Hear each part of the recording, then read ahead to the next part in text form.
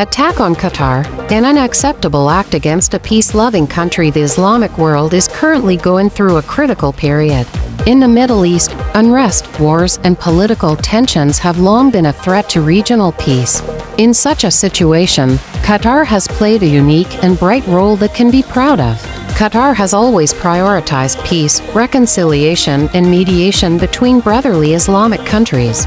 Its foreign policy is based on peace, tolerance, and adherence to international law. This is the same Qatar that arranged the complex and long negotiations between the United States and the Taliban. Be it the Doha Agreement or the many secret negotiation rounds before it, Qatar always brought the parties to the same table. And the result was that the world's most powerful power had to adopt the path of negotiations to exit Afghanistan. Not only this, when bloodshed was being played between Hamas and Israel, Qatar not only made diplomatic efforts for an immediate ceasefire but also provided financial resources for humanitarian aid to Gaza.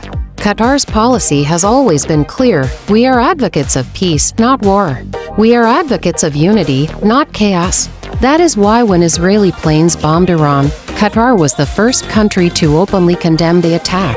Qatar has proven once again that it does not only speak of its own interests, but of the collective interests of the Muslim Ummah. In such a situation, the aggression or attack carried out by Iran against Qatar is not only a dangerous message for Qatar, but also for the entire Islamic world.